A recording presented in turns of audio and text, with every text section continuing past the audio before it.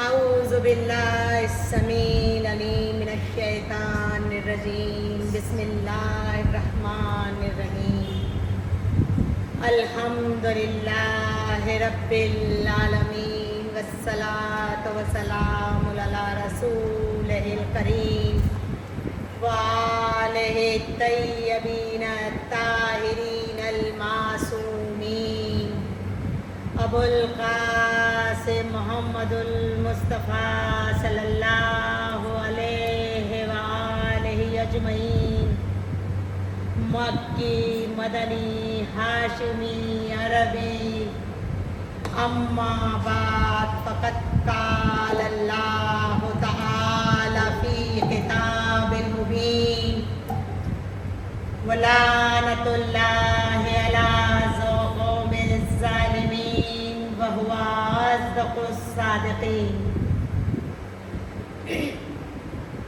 السلام علیکم خواتین و حضرات، اپنے بیان تقریر سے پہلے بارگاہ رب العزت میں دعا گو ہوں۔ میں آپ کے لیے دعائیں کرتی ہوں، آپ مجھے اپنی دعاؤں میں شامل رکھیے کہ رب العزت اس قوم کو فاطمی دعوت پہ قائم رکھے، مجلس امام حسین برپا کرنے کی جس طرح ہر سال سے قوت دیتا رہا ہے، معبود ہماری ماؤں بہنوں کو یہ جذبہ قائم رہے، ہم سب بڑھ چڑھ کر اس سے بھی زیادہ تعداد میں مجلس حسین میں شامل ہوتے رہیں۔ ہماری جو بھی حاجات ہیں وہ پنجتن کے صدقے میں جناب بی بی جو یہاں مصلی پہ تشریف فرما ہے، فاطمہ کی چادر میں ہمارے آنسو جگہ مقام پا سکے اور ہماری تمام امیدوں اور خواہشات کو ہم پورا کر سکیں۔ سوائے غم حسین کے اللہ ہمیں کوئی غم نہ دکھائے۔ خواتین و حضرات، اللہ سبحانہ نے کائنات میں اپنی کائنات کی رنگا رنگی کی خوبیوں کے لیے ہر شے کو جوڑے میں پیدا کیا اور اس کائنات سے، کائنات کی نعمتوں سے مستفیض یعنی فیضیاب ہونے والے، یعنی فائدہ اٹھانے والے لوگوں کو آپ اور ہم کو بھی جوڑے میں پیدا کیا۔ دونوں اپنے اپنے مقام پر بالکل مختلف ہیں۔ ایک کو چاند بنایا تو دوسرے کو سورج بنایا، ایک کو لطافت و نزاکت عطا کی تو دوسرے کو صبر و حوصلہ، طاقت و ہمت سے نوازا۔ یعنی مرد اور عورت کی وہ بے مثال جوڑی پیدا کی جو ایک دوسرے سے بالکل مختلف ہے، لیکن دونوں کو اپنے اپنی ذمہ داریاں سونپی اور کہا گیا کہ دونوں کو اپنے اپنے حقوق کو بجا لانا ہے۔ اللہ سبحانہ کے نزدیک کوئی افضل نہیں ہے، کسی کا مقام اونچا نہیں ہے، دونوں کا مرتبہ برابر ہے۔ بس صرف خدا کے افضل وہی ہے، خدا کے نزدیک افضل وہی ہے کہ جس نے اپنی ذمہ داریوں سے پورا کیا اور حقوق الہی اور حقوق العباد کو پوری طرح سے نبھایا۔ تاریخ گواہ ہے کہ وقت جاہلیت کے دور میں جب بھی حق و باطل، خیر و شر کے درمیان ٹکراؤ ہوا، ہمیشہ باطل اور شر ہی نے فساد پھیلانے میں پہل کی ہے، اور ان تمام واقعات میں سب سے پہلے عورتوں ہی کو نشانہ بنایا گیا۔ چونکہ دنیا جانتی ہے کہ عورت بہت نازک دل اور بہت رحم دل ہوتی ہے، کے اوپر جو ظلم ڈھائے جائیں گے، لہٰذا ان کے اہل و عیال، ان کے گھر کے مرد اس نامرد آزمائش پر سب سے پہلے باہر آ جائیں گے۔ لہٰذا عورتوں کا مقام یہاں مردوں سے برابر نہیں مانا گیا، چونکہ عورتیں بہت صابرہ اور شاکرہ اور بہت نازک دل ہوتی ہے، وہ مرد کے مقابلے میں کچھ کمزور واقع ہو، تو ایسے مرحلے پر ایسی ماؤں، عورتوں اور بہنوں کو میں دل کی گہرائیوں کے ساتھ سلام کرتی ہوں کہ جنہوں نے دوران خلافت اپنے صبر و شکر و حوصلہ و قوت کا مظاہرہ کرتے ہوئے وہ نیک اعمال کیے اور ان مغروروں کے منہ پر ایک جناتے دار تھپڑ رسید کر دیا جنہوں نے عورتوں کو فقط ذلیل، خادمہ، لونڈی اور حقیر کہہ کر پکارا تھا۔ تاریخ اسلام میں بہت سی ایسی عورتوں کے کارہائے نمایاں دیکھنے کو ملتے ہیں۔ عرب کی ملکہ شہزادی خدیجۃ الکبریٰ نے اپنی بھرپور دولت، اپنی بے انتہا محبت اور اپنی زندگی کے بہترین ایام بانی اسلام جناب صلی اللہ علیہ محمد وسلم پر نثار کر اور صنف نازک سے اپنا سر فخر سے اونچا کر دیا۔ تاریخ اسلام سے پہلے بھی بہت سی مقدس ماؤں کے نام دیکھنے کو ملتے ہیں، جیسے جناب موسیٰ کی مادر جناب آسیہ زن فرعون، مادر عیسیٰ جناب مریم، جناب سارہ، مادر اسماعیل جناب ہاجرہ، جناب رحمت جوز زکریہ وغیرہ کے کارنامے نمایاں ابھی بھی قرآن پاک میں جگمگا رہے ہیں۔ الغرض فرعون نے جب خدائی دعویٰ کیا اور وہاں پر بھی عورتوں پر ظلم شروع کیے کہ جس کے تصور ہی سے دل تھر تھرانے لگتا ہے۔ جب فرعون کا دعویٰ تھا، جب حکم ہوا تھا، تو جناب موسیٰ کی ماں جناب مادر موسیٰ آسیہ زن فرعون حاملہ تھی،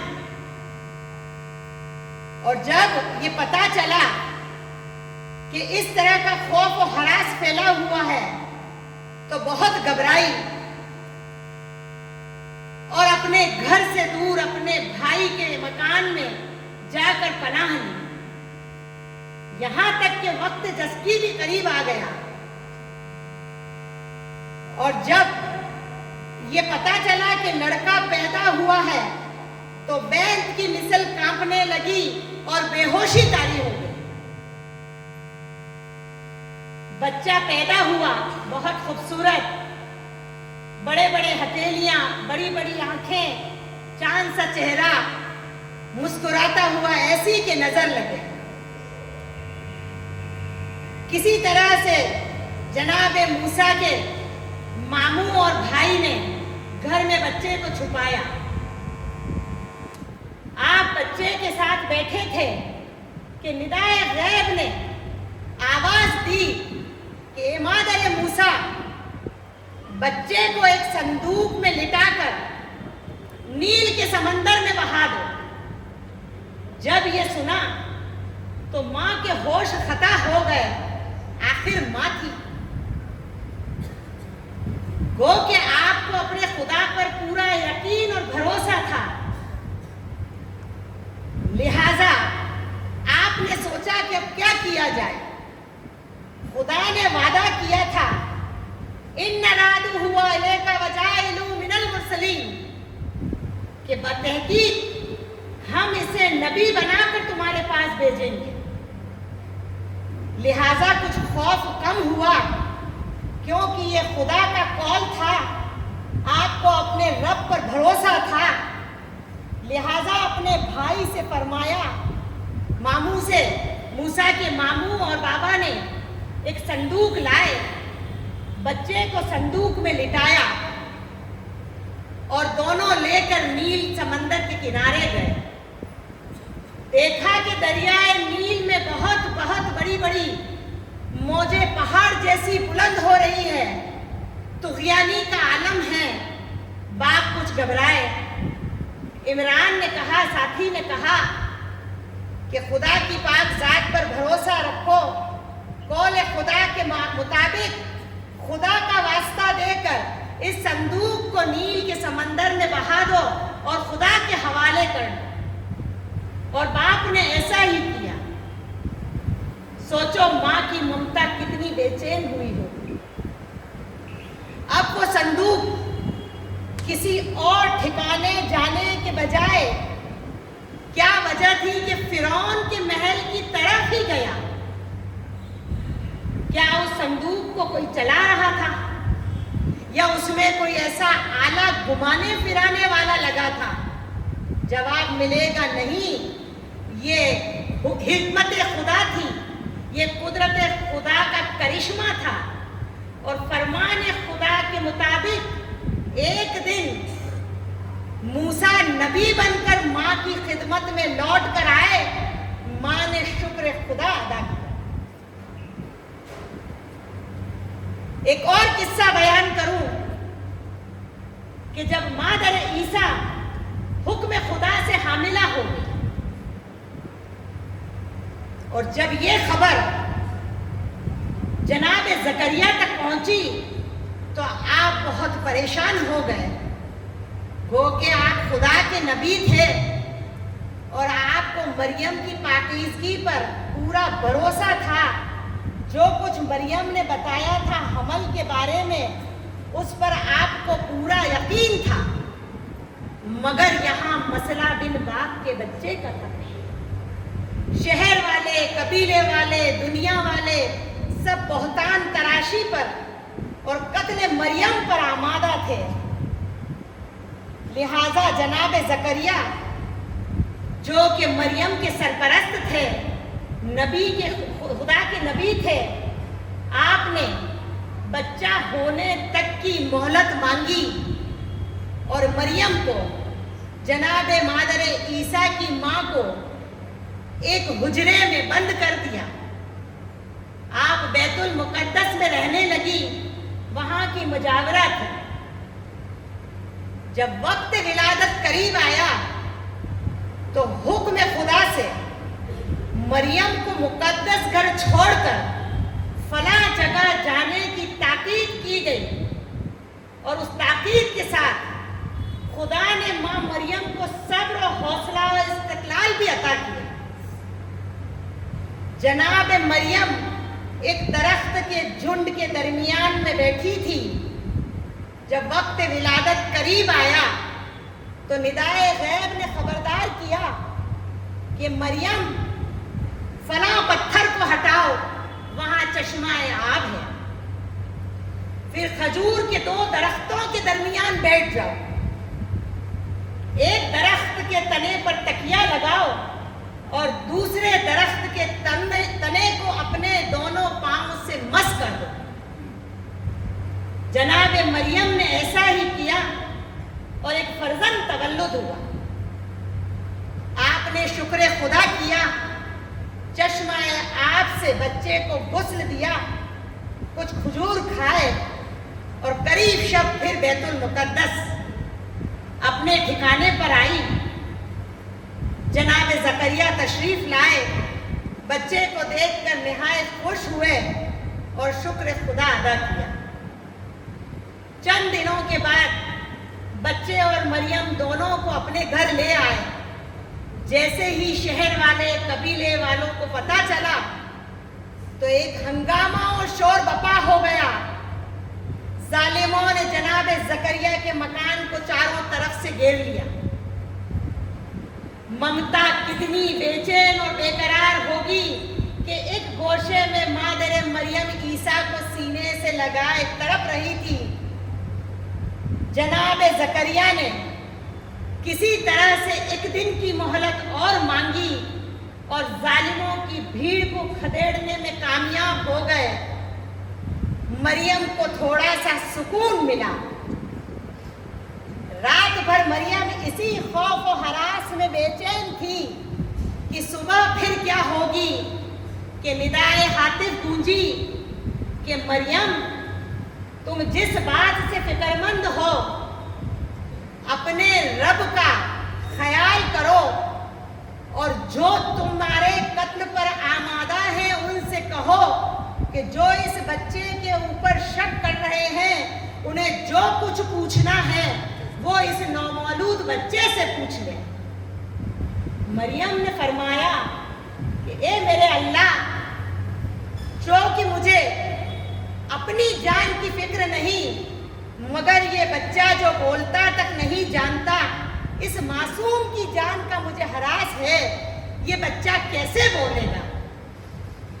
जो भी बातें बीती आपने जनाब ज़करिया से सुबह बयान की और खुदा के वादे के मुताबिक नबी ज़करिया और माँ मरियम दोनों तैयार रहे। जालिमों ने फिर घेराव किया।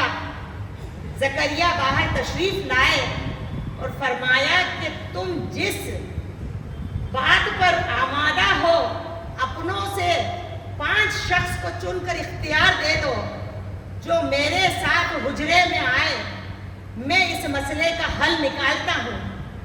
उन्होंने एक कमेटी तैयार की। 5 शख्स अंदर आए, झूले के पास खड़े रहे और फरमाया कि तुम्हारा जो भी सवाल है इस नौमौलूद से पूछ लो, ये तुम्हें सब सही सही बता देगा। वो शख्स सब हंसने लगे कि क्या हमारा मजाक उड़ाने की गरज से हमें यहाँ लाए हो, कहीं जहाँ में ऐसे नौमौलूद भी झूले में कभी बोलते हैं। ज़करिया ने कहा क्योंकि आप नबी थे और आपका रौबे रसूख भी था, लिहाजा लोगों ने आपकी बातें मानी। झूले के करीब आके पूछा कि ए बच्चे बता, तू कौन है और कहाँ से आया है। देखिए हिकमत इलाही, कुदरत इलाही से बच्चे ने जवाब दिया, इन्नी अब्दुल्ला आतानी किताबी वजालनी नबिया, मैं खुदा का बेटा हूँ, अल्लाह ने मुझे नबी बनाकर भेजा है। वजालनी नबिया, और मुझे नबी बनाकर भेजा है। मैं खुदा का बंदा हूँ, अपने रब की तरफ से आया हूँ और खुदा ने मुझे अपना बेटा बनाकर भेजा है। ये बात सुननी थी कि वो शख्स हुजरे छोड़कर चले गए। माज़ाअल्लाह बाद में जादूगर और ऐसी बहुत सारी बेहुदा बातें की।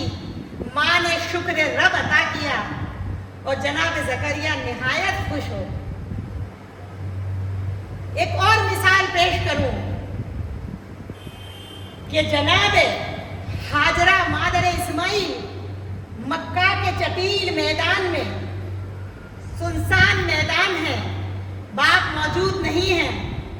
साल भर के इस्माइल को जो कि एक दिन की प्यास में तशनगी के आलम में निढाल पड़े हुए हैं, किससे पूछे, क्या कहे और क्या मांगे कि पानी कहाँ है। लिहाजा बच्चे को छोड़कर पानी की तलाश में चटील मैदानों में पहाड़ों के दरमियान दौड़ती रही और भागती ही रही, यहाँ तक कि रास्ता भटक गई।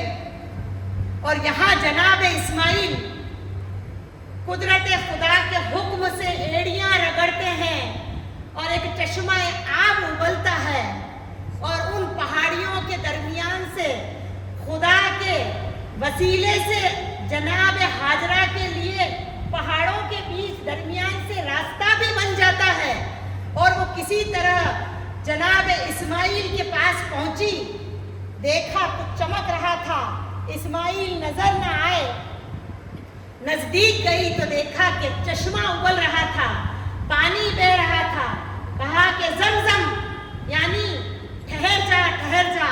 और वो पानी आज भी वहीं पर ठहरा हुआ है जहां जनाब हाजरा ने रोका था पानी से जनाब इस्माइल की प्यास बुझाई, जिस तरह के आज भी हजारों साल बाद हमारे हज्जाज किराम उस पानी से अपनी प्यास बुझाते हैं।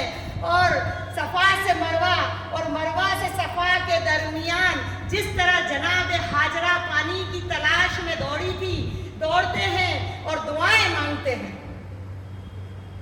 यहाँ भी ममता ने कितना मजबूर किया था कि पानी की तलाश में बदहवासी में कहां कहां मां दौड़ी थी।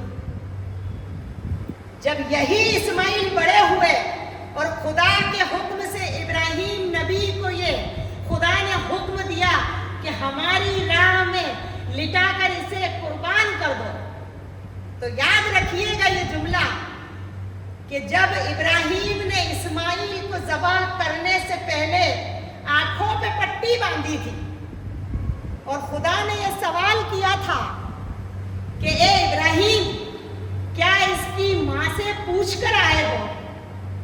तो इब्राहिम का जवाब याद रखिएगा कि ए रब्बुल इज्जत, कहीं कोई माँ भी दुनिया में ऐसी होती है जो अपने लख्ते जिगर को मरने के लिए भेज दे। इसकी माँ से ये कह के लाया हूँ कि एक दोस्त के घर दावत में जा रहे हैं।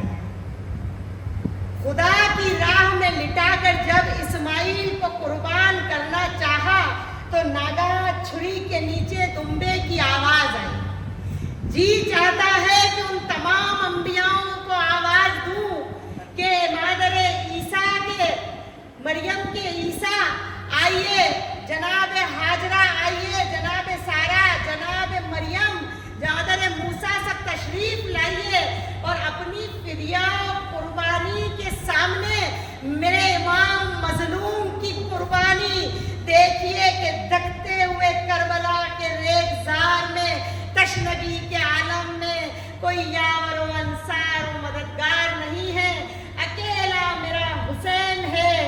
और अब सब हदिये, सब नजराने खुदा की राह में बिन मांगे पेश कर चुका है, जिसके वसीले से मूसा की दुआएं कबूल हुई, ईसा की मुसीबतें दूर हुई, इब्राहिम का फिदिया कबूल हुआ, जनाब इस्माइल की कुर्बानी सभी कुर्बानी बनी।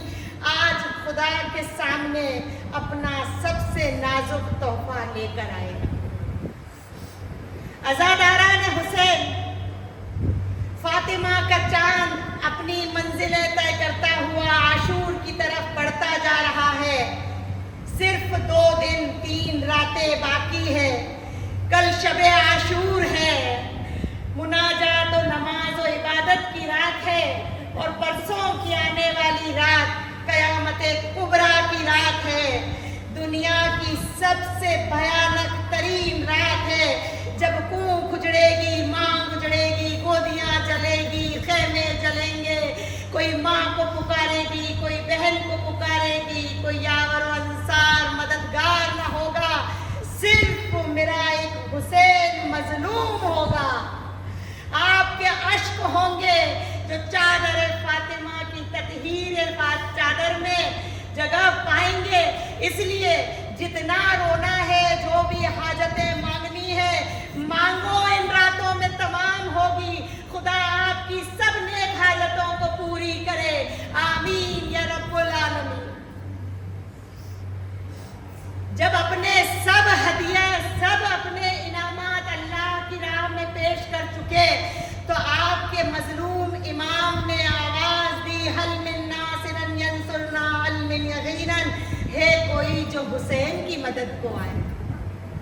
अब इस बात पे अलग अलग मौलाना ने अलग अलग बातों को पेश किया है। एक मौलाना का कहना कि हुसैन का ये फतवा जारी करना कि है कोई मेरी मदद को आए, हुसैन मदद नहीं चाहता था। हुसैन का कहना लाजिम था कि नहीं तो आज कौम में मुसलमान ये कहती कि हुसैन जरा हमें तलब तो करते, हम कब हाजिर न थे। एक रावी कहता है कि इमाम हुसैन ने किसी आप या मुझे नहीं पुकारा था, इमाम हुसैन ने उन कटे हुए शौदाओं को तलब किया किया था, उन फरिश्तों, औसियाओं, अंबियाओं को पुकारा था कि देख लो कि अब हुसैन यक्का और तन्हा है, मजबूर नहीं है, सब हदिये पेश कर चुका, अब खुदा की राह में अपना सर देकर मुतमईन हो जाऊंगा। जब खुदा हुसैन की सदाए इस्तिगासा सुनी तो वो झूले के मासूम अली असगर शशमाहे, वो एक सिन का भी नहीं, शशमाहे अली असगर ने अपने आप को झूले से गिराकर लब्बैक कहा। मेरी बात को याद रखिए कि वो सिन का नहीं था, वो शशमाहा था। 10 रजब को पैदा हुआ था। जब मेरा मौला 28 रजब को मदीने से चला था तब सिर्फ 18 रोज का था। अब करबला तक आ पहुंचा है। सारा जिंदगी उसने सफर में गुजारी है। उसको सगीर कहते हैं पर उसका काम अकबर से भी ज्यादा बड़ा है। उसे सगीर न समझना, वो सबसे बहादुर था। चूंकि शबे आशूर जो हम कहते हैं, उसी दिन यजीद ने तबल जंग पर चोट मारी थी, पर आपके आका ने एक रात की मोहलत उस माबूद इलाही की याद की खातिर सिर्फ इसलिए मांगी कि 6 महीने पूरे होने में एक दिन बाकी था और कुर्बानी के लिए कम से कम 6 महीने का होना बहुत जरूरी है। लिहाजा मेरे मौला ने एक दिन की मोहलत मांगी।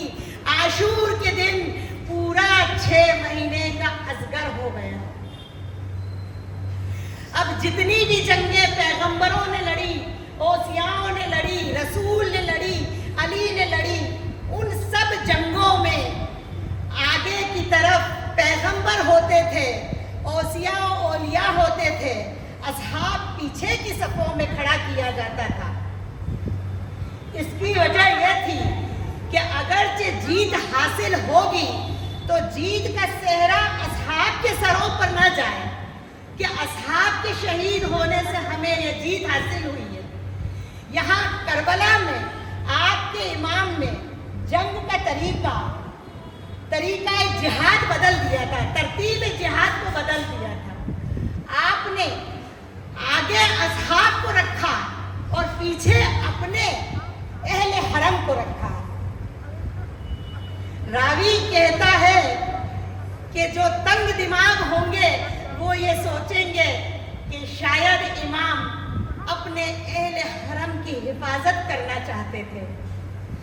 गौर से सोचिए, दिल की गहराइयों से अपने इमाम को सलाम करिए। कतई मेरे मौला का ये विचार न था, मेरे मौला की ये सोच थी। मेरा इमाम जानता था कि जितनों को साथ लेकर आया हूँ सबको शहीद होना है, सबको मकतूल बनना है। लिहाजा जो जितना जल्दी शहीद होगा वो जाम कौसर से अपनी प्यास बुझाएगा और उसकी तकलीफ उतनी जल्दी आसान होगी। क्योंकि अली के ज़माने से, फातिमा के ज़माने से मेहमान नवाजी का जो दौर था कि कोई मेहमान मेरे बीवी के दर से, चाहे नबीज़ादी भूखी रहती मगर कोई आपके दर से कभी भूखा न लौटा था, कोई साइल बिना रोटी खाए न गया था। उसी रस्म को निभाते हुए मेरे मौला ने साहबियों को आगे रखा और अपने अहले हरम को पीछे रखा कि साहबी जल्दी जल्दी जाते रहें, मर्तबा शहादत पर फाइज होते रहें और जामे कौसर से सहराब होते रहें और धीरे धीरे मेरे अहले हरम का नंबर आए। जनाब हुर ने इजाजत मांगी, एक बार में इजाजत दे दी। हुर के बेटे ने मांगी, एक बार में इजाजत दे दी।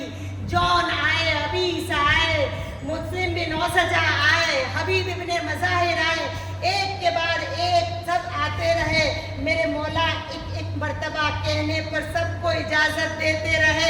मगर क्या वजह थी कि अब्बास इजाजत लेने आते हैं, वापस लौट जाते हैं, इजाजत लेने आते हैं, इजाजत नहीं मिलती, क्योंकि मौला को कोई अपना प्यारा था। ऐसी बात नहीं है, मौला ये चाहते थे कि जब मेरे सब जाम शहादत से सहराब हो जाए, फिर जाके मैं अब्बास को भेजूंगा। ज़ैनब के दोनों बेटों को निसार कर चुके, कासिम का लाशा गठरी में बांध कर ला चुके, अब्बास के बाजू उठा चुके, अकबर के सीने से नेजा जब खींच चुके, अब देखा कि झूले का तन्हा नन्हा मुजाहिद मौजूद है।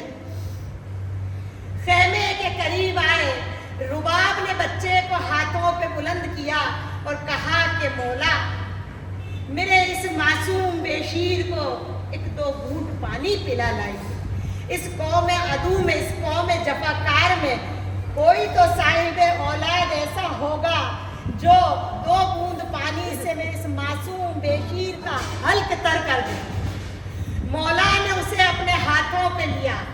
अब अली असगर के लिए, सबके लिए सवारी आती थी। रसूल कस्बा पे गए थे, अली दुलदुल पे गए, हुसैन जुलजना पे गए, अब्बास के लिए अशल आया था, अली अकबर के लिए उक्काब था, अली असगर के लिए कोई सवारी न थी। मेरे मौला के दोनों बाजू पे बुलंद किया, कहा कि रुबाब लाओ, तुम्हारे अली असगर को हम पानी पिला लाते हैं। तमाम सैदानियों मस्तूरात को इकट्ठा किया, आवाज दी कि ज़ैनब व कुलसूम, ए फिज़्ज़ा व सकीना, रुकैया और रुबाब, तमाम बीवियां जल्दी से इकट्ठी हो जाओ। देखो हम अली असगर को लेकर जाते हैं, इसे पानी पिला कर लाते हैं। सकीना ने अर्ज की कि बाबा, आप भैया असगर को वहां लेकर जाते हैं जहां सुबह से जो भी गया लौट कर वापस कोई ना आया। हाँ बेटी, हम तुम्हारे भाई का खुश्क गला पानी से तर करके लाते हैं। आपने बच्चे को चांद सी शक्ल की सूरत वाले को हाथों पे बुलंद किया और तमाम बीवियों को बताया कि ए बीवियों, इस अली असगर के नन्हे नन्हे पाँवों को जरूर पहचान लो। तमाम बीवियां रोने लगी। मैं पूछूंगी कि मौला, आपने अली असगर के नासूम पैरों को क्यों बुलंद किया, तो शायद मुझे जवाब मिलेगा कि अगरचे कत्लगाह में मेरी शहादत के बाद असगर को कत्ल कर दे और उसके सर को नोक सीना पे चढ़ाकर इस लाश उड़िया को कहीं फेंक दे, तो ते पहचान लेना कि ये छोटे छोटे पाँव मेरे असगर के हैं। तमाम बीवियां हल्का बांधे खड़ी हुई। आपका इमाम अली असगर को अपनी अबा के दामन से साए किए हुए मैदान की तरफ चले। अदू ने देखा कि इमाम शायद सुलह करना चाहते हैं, कुरान लेकर आ रहे हैं, मगर हम सुलह न करें। आपने अली असगर को बुलंद करके कहा कि कौम जफाकार, गो के तुम्हारे जामिन में मैं खतावार हूँ, मगर ये मेरा छोटा मासूम जो बोलना तक नहीं जानता, इसकी क्या खता है, खुदारा इसे पानी पिला दो। अगरचे तुम्हें ये खौफ हो कि इस बच्चे के बहाने में पानी पी लेगा, तो लो इस मासूम को मैं करबला की दखती हुई रेगिस्तान पे रख लेता हूँ। कहीं तुम ये गुमान न करना कि बच्चे के बहाने से हुसैन पानी पी लेगा। आपने अली असगर को करबला की धकती हुई रेगिस्तान पे रखा और कहा कि ए बेटा, तुम अब मेरी प्यास की गवाही देना। वहां से फौज अदू में नारा बुलंद हुआ कि अगर अली असगर को पानी की तलब है तो इससे कहो कि ये खुद पानी मांगे। जब आपके मौला ने बच्चे से कहा कि ए मेरे बेटे अली असगर, अपनी खुश्क ज़बान अपने होठों पे फिराओ और इस कौम जफाकार को बताओ कि आप कितने प्यासे हैं, तो वहां पर दर ख़ैमा से जनाब फिज़्ज़ा ने आवाज दी कि ए मेरे इमाम, जनाब रुबाब का कलमा भी सुन लीजिए। असगर से कहिए कि जरा ऊंची आवाज में बात करें, मैं भी सुनूं कि मेरा बच्चा कैसे बोलता है। आप सब साहिब औलाद हैं, माओ को बहुत शौक होता है कि मेरा बच्चा कैसे बोलेगा। अली असगर माँ को शौक है, जरा ऊंची आवाज में बोलो। अली असगर अपने सूखे हुए तालू से जबान हिलाने लगा।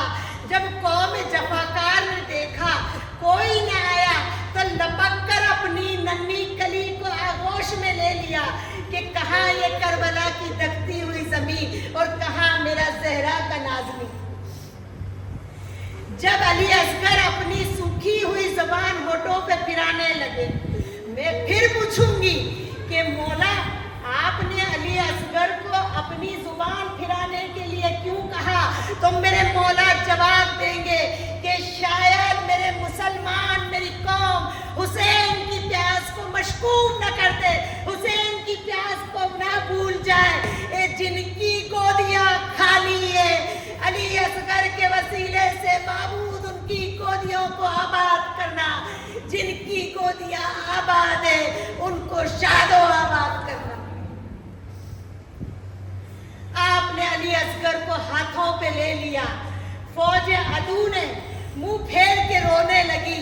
उमर साद ने कौम का बिगड़ा हुआ हाल देखकर सोचा कि शायद ये कौम कहीं बगावत न कर बैठे। लिहाजा हुरमला बिन काइल को, जो कि अरब का मशहूर तरीन पहलवान थिया, हुक्म दिया कि तू इस बच्चे का काम तमाम कर और हुसैन के इस कलाम को कते कर। देखता क्या है, जल्दी से तीर चला, वादा करता हूँ बड़ा से बड़ा इनाम अता करूंगा। उस हुरमला बिन काइल ने अपना तीर कमान में जोड़ना चाहा। अरब में 6 तरह के तीर होते हैं। पहला तीर सूरह नफल, जिससे परिंदों का शिकार किया जाता है। दूसरा मुअज्जला, कि जिसे हिरन का शिकार किया जाता है, ये जैतून की लकड़ी का बना होता है। तीसरा होता है सहम, जिसके आगे जहर लगा होता है। चौथा होता है बूसल, जो कि लोहे की जिरह को तोड़कर पसलियों तक चला जाता है। पांचवा होता है मीज़ाब, जो पुरनाले की शक्ल का होता है। और छठा तीर जो होता है सहशोबा होता है। अरब के वेशियों में ये बात मुकर्रर की गई थी कि किसी भी मजलूम के लिए सहशोबा का इस्तेमाल नहीं किया जाएगा। ये दौड़ते हुए घोड़ों को मारने के लिए किया जाता है। उमर साद का इशारा पाते ही उस सहशोबा की कमान लोहे की होती है। इतना वजनी होता है कि कोई खड़ा रह के वो तीर नहीं चला सकता। घुटनों को जमीन पे टेकना पड़ता है, कमान में तीर को जोड़ना पड़ता है। हुरमला बिन काइल ने कमान में तीर को जोड़ा, छोड़ा, तीर गिर गया। दूसरी मर्तबा तीर जोड़ा, फिर छोड़ गया। जब उमर साद ने पूछा कि हुरमला, मैं तो तुझ पर क्या दुनिया रश्क करती है, ये बार बार तीर क्यों छूटता है? तो क्या बोला, मलून लानत उस पर खुदा की, कि जब जब भी मैं कमान में तीर को जोड़ता हूँ, खेमे का पर्दा हिलता है। एक काली बुर्के वाली बीबी आगे आके कहती है कि तीर न चलाना। उसने तीसरी मर्तबा कमान में तीर को जोड़ते ही छोड़ दिया। वो सनसनाता हुआ तीर अली असगर के हुल्कूम को चीरता हुआ बाजुए हुसैन में बेवस्त हो गया। बेशीर का सूखा गला लहू से भर गया। बच्चे की फितरत है, जब चोट लगती है तो रोते हैं और उसकी ख्वाहिश पूरी होती है तो हंसते हैं। तीर के लगते ही अली असगर के चेहरे पे मुस्कुराहट फैल गई। लगता है ख्वाहिश शहादत अली असगर की पूरी हो गई। ज़हरा की नन्ही सी मुरझाई हुई कली खिल उठी। बाप के हाथों पे राही खुल्द हुए।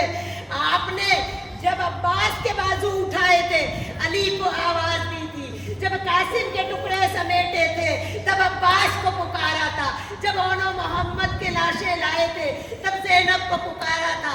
जब अली अकबर का नेज़ा खींचा था, तो बाबा अली को याद किया था। आज जनाबे अली असगर के हुल्कूम से तीर खींचने के लिए नेरे अलकमा की तरफ नजर करके पुकारा कि भाई अब्बास आओ। अब्बास गाजी की लाश तड़पने लगी। आपने लहू अपने मुंह पे रगड़ा, अपनी दाढ़ी को आपने نے لال کیا کہ در نجف تھا جو یاقوت بن گیا، اصغر تیرا جھولا تیرا تابوت بن گیا۔ اب سوچا کہ علی اصغر کی لاش کو دفن کروں، دیکھا کہ ایک جگہ ایک مقام بالکل صاف ہے، ماں فاطمہ نے اپنے بالوں سے جاڑا ہے، پوچھا کہ اماں یہاں بقیہ سے تشریف لائی ہو؟ کہا کہ بیٹا دادیوں کو پوتے بڑے پیارے ہوتے ہیں لہذا بقیہ چھوڑ آئی ہوں۔ آپ نے علی اصغر کو دفن کرنے کے لیے ایک نشیب تلاش کی اور اپنی ذوالفقار سے کہا کہ اے ذوالفقار اگرچہ دفن اصغر میں کوئی ساتھ نہیں تو میرا ساتھ دے۔ ذوالفقار اپنی زبان حال سے کہنے لگی کہ میرے مولا یہ کیا کہتے ہو، میں آپ کے ساتھ اس لیے نہیں آئی تھی کہ اصغر کی لحد تیار کروں، میں تو آپ کے ساتھ بدلہ لینے آئی تھی جب آپ کی بہن کے دونوں دلبر اور محمد شہید کر دیے گئے تو میں آپ کے زانوں سے چپٹی آپ کے دل سے آپ کے درد کا احساس کر رہی تھی، سوچا تھا کہ آپ کی بہن کے نور نظر کا دونوں کے خون کا بدلہ جی بھر کے لوں گی، مگر میرے مولا آپ نے صبر کیا۔ جب قاسم کی لاش پہ گھوڑے دوڑائے گئے، بیوہ حسن رونے پیٹنے لگی، اس یتیم کو کوئی اٹھانے والا نہ تھا، تب میں نے سوچا تھا کہ آپ کے بھتیجے کا بدلہ جی بھر کے لوں گی، مگر میں نے صبر۔ اے صابر و سید، جب آپ کے جواب بھائی نیل القما کے کنارے علی کا علم ٹھنڈا ہوا، آپ کے بھائی کے سر پر گرز کا وار ہوا، دونوں بازو قلم ہو گئے، آپ کی کمر ٹوٹ گئی، سیدانیوں کی دھارس لٹ گئی، سوچا تھا کہ علی کے شیر کا بدلہ شیر بن کر لوں گی، مگر اے صابر و سید آپ نے صبر کیا، شکر کیا، میں آپ کے زانوں سے لگ کر تڑپتی رہی، جب آپ کا نوجوان کریل پر امان ہم شکل نبی پیغمبر خدا کی تصویر آپ کی آنکھوں سے اوجھل ہو گئی، آپ نانا کی زیارت سے محروم ہو گئے، اس سیدانیوں میں ہائے علی اکبر کا ماتم بپا ہو گیا۔ میں نے سوچا تھا کہ اس جمال لال کے خون کا بدلہ جب میں لوں گی رکنے کا نام نہ لوں گی، سارا میدان سروں سے بھر دوں گی، مگر آپ نے صبر کیا، شکر کیا، سجدہ خدا کیا، اور آپ مجھے یہ کہتے ہیں کہ میں اس نومولود کی قبر تیار کروں۔ اے میرے مولا یہ کام مجھ سے نہ ہوگا، یا تو مجھے میرے مولا کے پاس نجف اشرف بھیج دیجئے یا تو ٹکڑے کر کر علی اصغر کے ساتھ دفن کر دیجئے، مگر یہ کام میرے سپرد نہ کیجئے۔ اے میرے مولا نے ناد علی کے کر ذوالفقار کا بوسہ دیا، ایک ننھی سی قبر بنائی، علی اصغر کو لٹا کر حسرت و یاس دیکھ کر بولا کہ علی اصغر قبر میں تو تم اور حسین لگتے ہو۔ جب قبر میں لٹا کر قبر پر پانی ڈالنے کے لیے اس معصومہ کے قبر کو تر کرنے کے لیے پانی کہا، آپ کے آنسو بھی سوکھ چکے تھے، عباس کو آواز دی کہ عباس آؤ نین القما سے مشکیزہ لاؤ کہ میرے مولود کی پسر سوکھی قبر سوکھی ہے۔ آپ نے قبر کا بوسہ دیا، جب آپ نے آواز دی تو فرات سے ایک جواب آیا تھا کہ اے فرات کے کمزر و بدگوہر پانی، نہ مل سکا علی اصغر کو ڈوب کر پانی۔ اے میرے مولا قبر بنا کر ودا ہوئے، خیمے میں تشریف لائے، دیکھا رباب جھولے کی خالی جھولے کی ڈوری ہلا، کیا کہہ رہی ہے؟ آ جا رے اصغر جھولا جھلاؤں، اترا ہے دودھ تجھ کو پلاؤں۔ اے ماں کی ممتا کا اندازہ لگائیے، وہ جھولا خالی ہلتا ہی رہا، قیامت تک ہلتا ہی رہے گا۔ وآخر دعوانا ان الحمد للہ رب العالمین وسیعلمون الذین الذین ظلمون ایہم انقلبون۔